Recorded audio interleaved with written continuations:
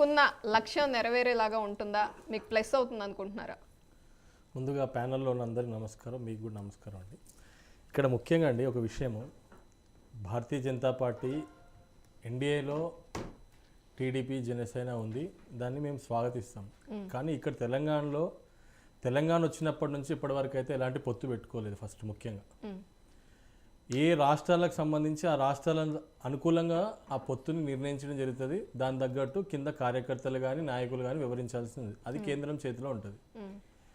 లాభం చేకూరుస్తుందా అనే మాట మీరు అంటున్నప్పుడు, భారతీయ జనతా పార్టీ వ్యక్తిగతంగా 2018లో కూడా పొత్తు పెట్టుకోవచ్చు, 14లో కూడా పొత్తు పెట్టుకోవచ్చు, 24లో కూడా పొత్తు పెట్టుకోవచ్చు.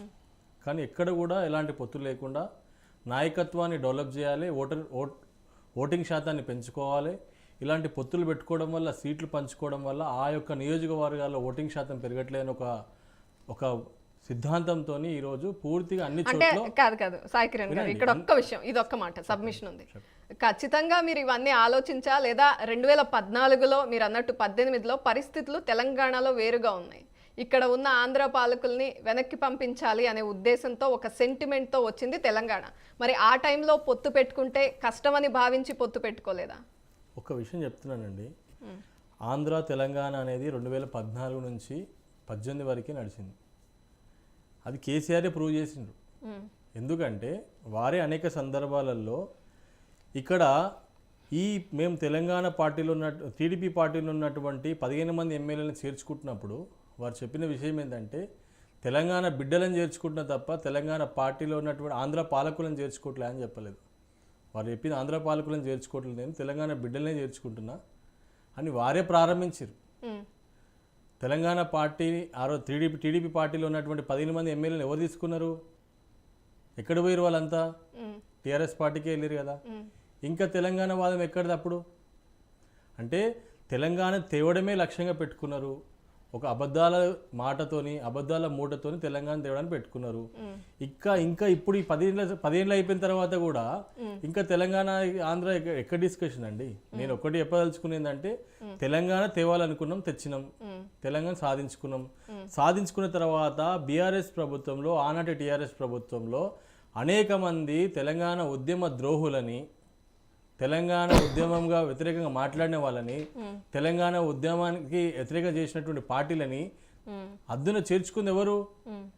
BRS party, TRS party. కాబట్టి తదనంతరం ఈరోజు ఈ మీడియా ఛానల్ని తీసుకొనియండి, కంపెనీని తీసుకొనియండి, ఎంఎన్సీ కంపెనీని తీసుకొనియండి, స్కూల్స్ నారాయణ శ్రీ చైతన్యని తీసుకొనియండి, అనేక సంస్థలు తీసుకొనియండి. ఈరోజు అవేమైనా తెలంగాణ వాళ్ళు నడిపిస్తున్నారా? అవేమన్నా నడిపిస్తున్నారా? పోనీ చివరికి ఇప్పుడు మీడియా, ఇప్పుడు మన ఏమంటారు, ఈ యొక్క సినీ ఇండస్ట్రీని ఎవరైనా తెలంగాణ వాళ్ళు నడుపుతున్నారా? ఒక్క తెలంగాణ హీరోనా అయ్యిండా? ఎక్కడ జరిగింది మార్పు? ఆ రోజు నిధులు నియామకాలు అని తీసుకొచ్చినటువంటి ట్యాగ్ లైన్, నిధులు నియామకాలు తీసుకొచ్చిన ట్యాగ్ లైన్, ప్రజలు రెచ్చగొట్టి తీసుకొచ్చిన ట్యాగ్ లైన్ ఎక్కడ అమలు జరిగింది? కాబట్టి ఇక్కడ విషయం ఏంటంటే, ప్రతి స్టేట్లో ఒక డిఫరెంట్ యాంగిల్స్ ఉంటాయండి. అక్కడ సెంటిమెంట్స్ డిఫరెంట్ ఉంటాయి, అక్కడ అస్తిత్వం డిఫరెంట్ ఉంటుంది, అక్కడ పరిస్థితులు డిఫరెంట్ ఉంటాయి. దానికి అనుకూలంగా కేంద్రం ఎప్పుడు ఎవరితో పొత్తు పెట్టుకోవాలి అనే ఆలోచన కేంద్రం చేస్తుంది. అది మన పరిధిలో లేదు.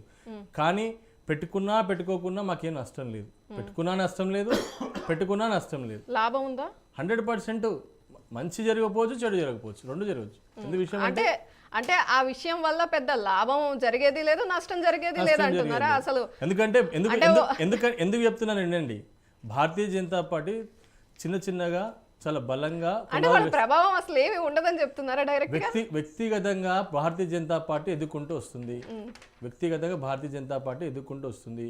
ఆనాటి తీసుకున్న నిర్ణయాలను బట్టి, పార్టీ నిర్ణయాలను బట్టి పొత్తు జరిగినప్పుడు వాళ్ళ యొక్క సిద్ధాంతం ఏ సిద్ధాంతంతో వాళ్ళు అడుగులు వేస్తారో దాన్ని బట్టి మాకు నష్టం జరుగుతుందా, మంచి జరుగుతుందా ఆ రోజు చెప్పొచ్చు. ఈ రోజు ఎలా డిసైడ్ చేస్తాం మనం? వాళ్ళు తీసుకునే సిద్ధాంతం, వాళ్ళు ఎలాంటి ట్యాగ్ లైన్ తీసుకుంటారో తెలియదు. అది మాకు ఖచ్చితంగా కూటమిగా ఏర్పడినప్పుడు ఒక్కొక్కళ్ళు ఒక్కో ట్యాగ్ లైన్ ఖచ్చితంగా తీసుకోరు. అందరూ సమిష్టిగా నిర్ణయించుకుని ముందుకు వెళ్తారు కదా.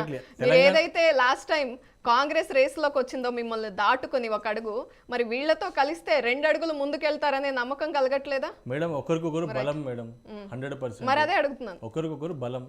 అది తప్పకుండా రేపు ఇప్పుడు ఫర్ ఎగ్జాంపుల్ 1% ఉంటుందా, 5% ఉంటుందా, 6% ఉంటుందా, లేదా 50% ఉంటుందా అని ప్రజలు నిర్ణయిస్తారు. గతంలో పాలకులు ఏ విధంగా ఉండే, ఏ పరిపాలన ఎట్లుంది.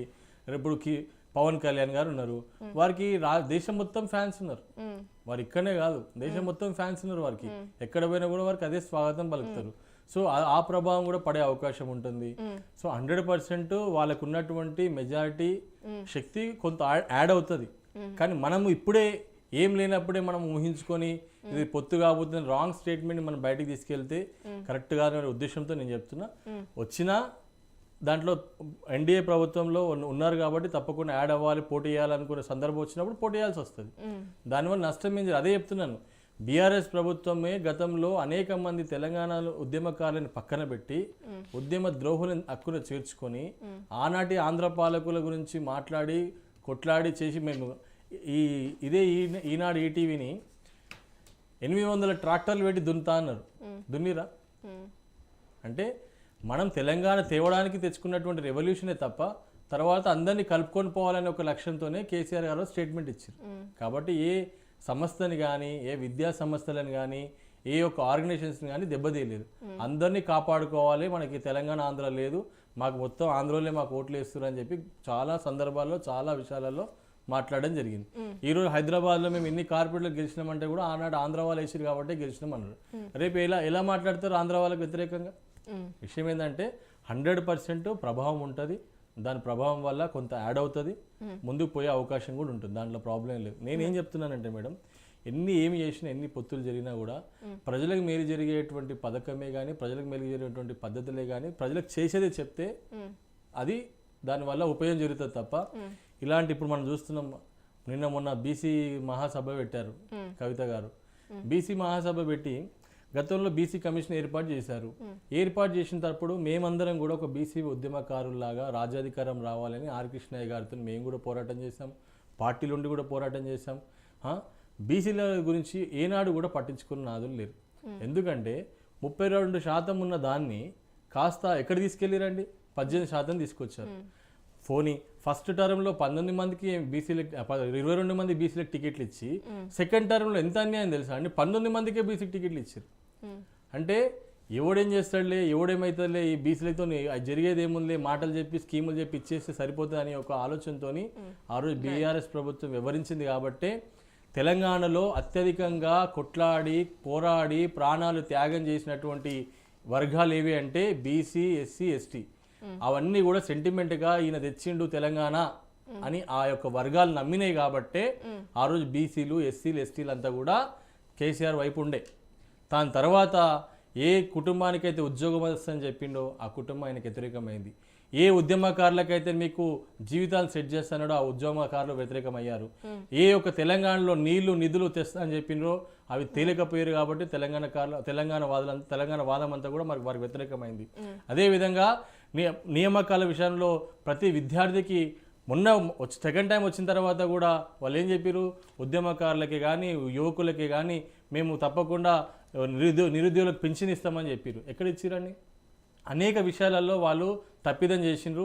దళితుని ముఖ్యమంత్రి చేస్తారని చేయలేకపోయారు. ఇలాంటి విషయాలు చాలా ఉన్నాయి. కాబట్టి ఈ బీసీలు, ఎస్సీలు, ఎస్టీలు కూడా వ్యతిరేకమయ్యి ఈరోజు వాళ్ళు దూరం అయ్యారు. కాబట్టి ఆ యొక్క సందర్భంలో ఇదే రేవంత్ రెడ్డి గారు అనేక ప్రమాణాలు చేశారు.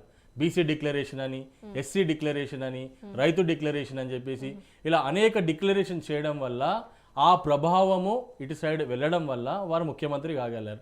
అయిన సంవత్సరంలోనే ఏం చేశారో చూసాం. ఇప్పటివరకు బీసీ డిక్లరేషన్ గురించి ఆలోచించింది లేదు, ఎస్సీ డిక్లరేషన్ గురించి ఆలోచించింది లేదు, ఎస్టీ డిక్లరేషన్ గురించి ఆలోచించింది లేదు. ఇప్పటి వరకు మంత్రులలో కూడా బీసీలకు ఎంతమంది ఇచ్చారో మీరు చూసిండ్రు. అదే విషయం చెప్తా ఉన్నాను. ఇంకో విషయం చెప్తా ఉన్నాను. ఈరోజు కవిత గారు వచ్చేసి జై బీసీ అంటే మీరు ఆ రోజు బీఆర్ఎస్ పార్టీ 10 సంవత్సరాలు మీకు ఇస్తే ఏం చేసిరు? బీసీల గురించి ఏం న్యాయం చేసిరు? మీరు పర్సెంటేజ్ తగ్గించారు తప్ప పెంచింది ఎక్కడ? మాకు కావాల్సింది ఏంది? మీరు అంటున్నారు 59% ఉన్నారు ఈరోజు బీసీలు అని చెప్పి కవితమ్మని అంటుంది. 42% అమలు చేయమని ఎందుకు అంటున్నావు? మరి నువ్వు 59% గురించి ఎందుకు కొట్లాడతలేవు? అంటే మీరు కనీసం వాళ్ళు మేనిఫెస్టోలన్నా 42% చేస్తామని చెప్పి మేనిఫెస్టోలన్నా పెట్టగలిగారు. ఎవరు? కాంగ్రెస్ వాళ్ళు. మీ మేనిఫెస్టోలో మరి సెకండ్ టైం కూడా మీరు మేనిఫెస్టోలో బీసీలకి చేస్తామని ఎందుకు పెట్టలేకపోయారు? ఇదే భారతీయ జనతా పార్టీ 50% మేము బీసీలకు టికెట్లు ఇస్తామని ప్రకటించింది, బీసీని ముఖ్యమంత్రి చేస్తామని ప్రకటించింది. 100% 50% బీసీలకు టికెట్లు ఇచ్చింది, బీసీ ముఖ్యమంత్రిని కూడా ప్రకటించింది. అంటే 100% బీసీల పక్షాన కానీ, ఎస్సీల పక్షాన కానీ, గిరిజనుల పక్షాన కానీ భారతీయ జనతా పార్టీ ఉంది అనేది ఒక మెసేజ్ని పంపిస్తా ఉన్నారు. నేను ఒక విషయాన్ని ఏం చెప్తా ఉన్నా అంటే, ఇప్పటికైనా కవితమ్మ గారు ఇక్కడ ఉన్నటువంటి ఈ బీసీల గురించి, ఎంబీసీల గురించి అసలు మాట్లాడిన దాఖలు ఉండదండి. వీళ్ళు సెకండ్ టైం ఎంత ఘోరం అంటే, టీఆర్ఎస్ ప్రభుత్వము సెకండ్ టైం బీఆర్ఎస్ అని పెట్టుకోరు కదా, ఆ బీఆర్ఎస్ దాంట్లో ఎంబీసీ కార్పొరేషన్కి చైర్మనే లేడండి. మొత్తం ఆ యొక్క టర్మ్ మొత్తం ఎంబీసీ కార్పొరేషన్ చైర్మన్ లేడు. 2 టర్మ్స్ ఉంటే ఒక టర్మ్లోనేమో తాడూరు శ్రీనివాస్ అని ఒక టర్మ్లో ఎంబీసీ కార్పొరేషన్ చైర్మన్ వేసారు. సెకండ్ టర్మ్ మొత్తం ఆ మోస్ట్ బ్యాక్వర్డ్ కార్పొరేషన్ చైర్మనే లేడు. అసలు సంచార జాతుల గురించి డిస్కషనే లేదు. నేను ఏమంటానంటే, ఎంతసేపటికి ఎవరు కూడా వీళ్ళు ఏం చూస్తున్నారంటే, గౌడ్స్, యాదవ్స్, మునురు కాపు, పద్మశాలి, ముదిరాజు ఇంతవరకే చూస్తున్నారు. సరే, సంతోషం. కానీ ఇంకా మా ఒడ్డరోలు ఏమైనరు, మా నాయి బ్రాహ్మణులు ఏమైరు, మా రజకలు ఏమైరు, మా గంగాపుత్రులు ఏమైరు, మా వంశరాజులు ఏమైనరు, ఇలాంటి కులాలు బీసీఏలో ఉన్నటువంటి కులాలు 56 కులాలు ఈ రోజు వరకు కూడా అసెంబ్లీకి పోయిన వాళ్ళు ఒక్క కులము 2 కులాలే. 56 కులాలలో ఈ రోజు వరకు అసెంబ్లీకి తీసుకెళ్ళింది 1-2 కులాలను మాత్రమే. అంటే ఇలాంటి తొక్కివేయడం ఎందుకు జరుగుతూ ఉంది? ఇంతమంది ఇన్ని మాట్లాడుతున్నారు, మేము ఆ పర్సెంటేజ్ ఈ పర్సెంటేజ్ ఇస్తామని చెప్పేసి. నేను ఒకటే అంటున్నాను, ఎంబీసీ నుంచి ఎంత పర్సెంట్ ఇస్తారు, బీసీ నుంచి ఎంత పర్సెంటేజ్ ఇస్తారు? ఈ రోజు రాజ్యాంగంలో డాక్టర్ బాబాసాహెబ్ అంబేద్కర్ ఆ ఎస్సీ చట్టబద్ధత తేకపోతే, ఎస్సీలకి చట్టబద్ధత తేకపోతే ఆ ఎస్సీల గుడిని సీట్లు రాకపోయేది, ఆ ఎస్టీల గుడిని సీట్లు రాకపోయేది. మా దౌర్భాగ్యం ఏంటంటే, రాసిండు అంబేద్కర్ గారు ఆ బీసీల కూడా ఇంత చట్టబద్ధత రాసిపోయి ఉంటే 100% మాకు కూడా ఈరోజు రాజ్యాధికారం వైపు మేము ఉంటుండే. ఎంతసేపటికి మాకు ఓట్లు చెప్పి మనం చీల్చి మనల్ని యథావిధిగా ఎప్పటికప్పుడు చీల్చుకుంటూ ఓట్లు వేసుకోవడానికి ప్రయత్నం చేస్తూ ఉన్నారు. ఒక గొప్ప విషయం ఏం చెప్పొచ్చు అంటే, బీసీలో మేము కొంతవరకు ఎదిగింది ఏంటంటే, ఎన్టీఆర్ గారి ప్రభుత్వంలోనే బీసీలో మేము కొంతవరకు ఎదిగినామని మేము ప్రజల్లో ఉంది, అది అంతటా ఉంది. అరే గతంలో బీసీలు ఎన్టీఆర్ గారే బీసీలను కాపాడిండి అనేది ఒక వాయిస్ ఉంది అది. కాబట్టి తర్వాత ఏ ముఖ్యమంత్రి కూడా బీసీలకు చూసింది లేదు, చూసిన నాది లేదు. తర్వాత చూసిన ఏకైక పార్టీ భారతీయ జనతా పార్టీ.